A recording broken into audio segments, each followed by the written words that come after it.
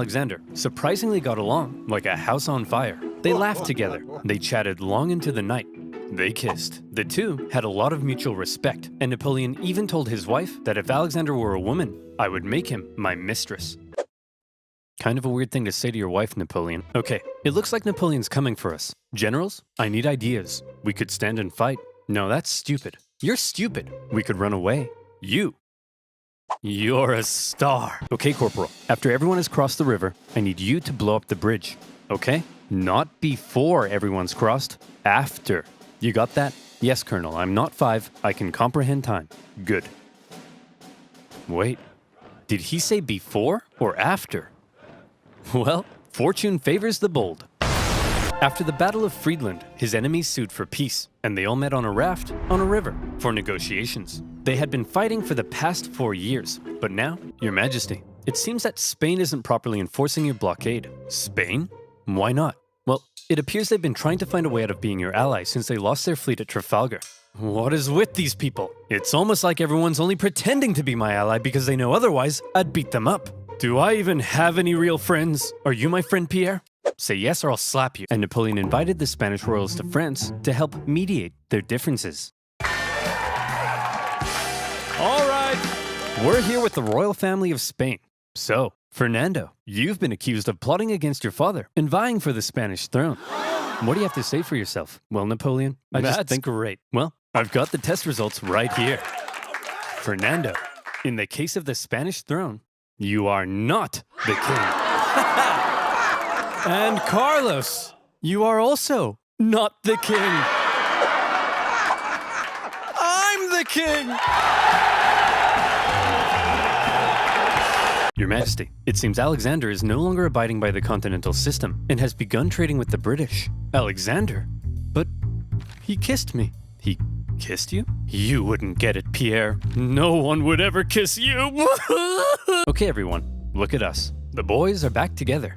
But Napoleon is still dangerous, so we need a plan. Any ideas? Ooh, I know. No, forget it. That's stupid.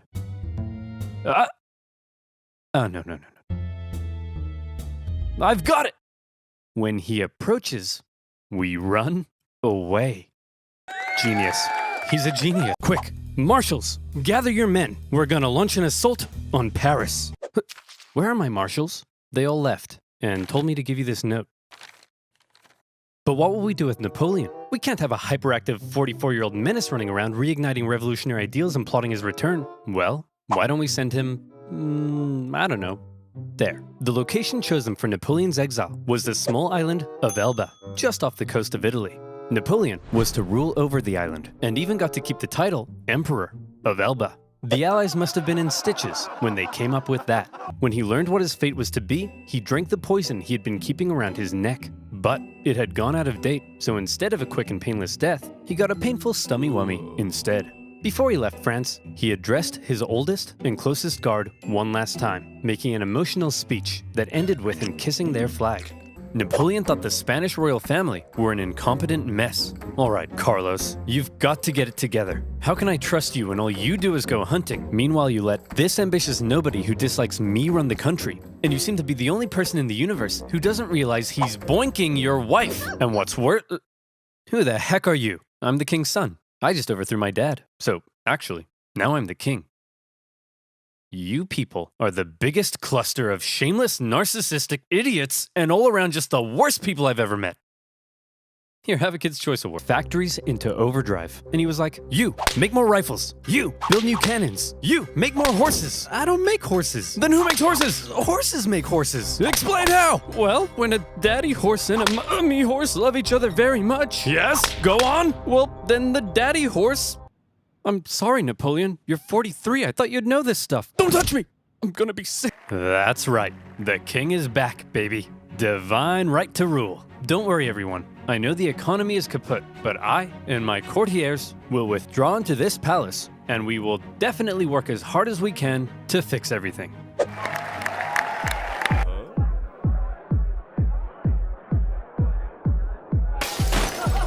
Oh, yeah. That's why we got rid of the king. Your Majesty, it seems that Napoleon is back and marching this way with 1,000 men. That guy? No problem. I have hundreds of thousands of men. Send them to arrest him. Your Majesty, it seems the thousands of men we sent to arrest Napoleon have all joined his side. Well, I'm off to Belgium. If you ever need a king again, be sure to let me know. And off he went to exile.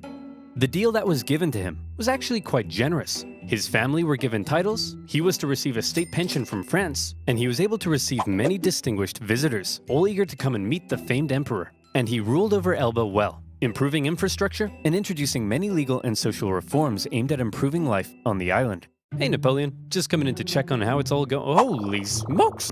Hey Napoleon, want to go back to France and reclaim your throne? I would, Pierre. But how?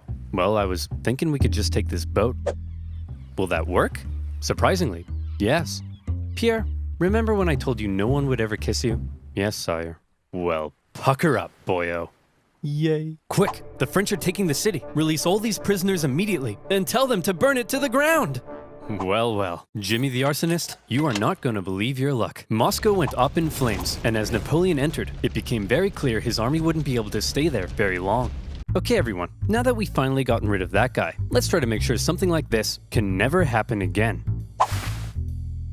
What's that doing there? Hey fellow monarchs!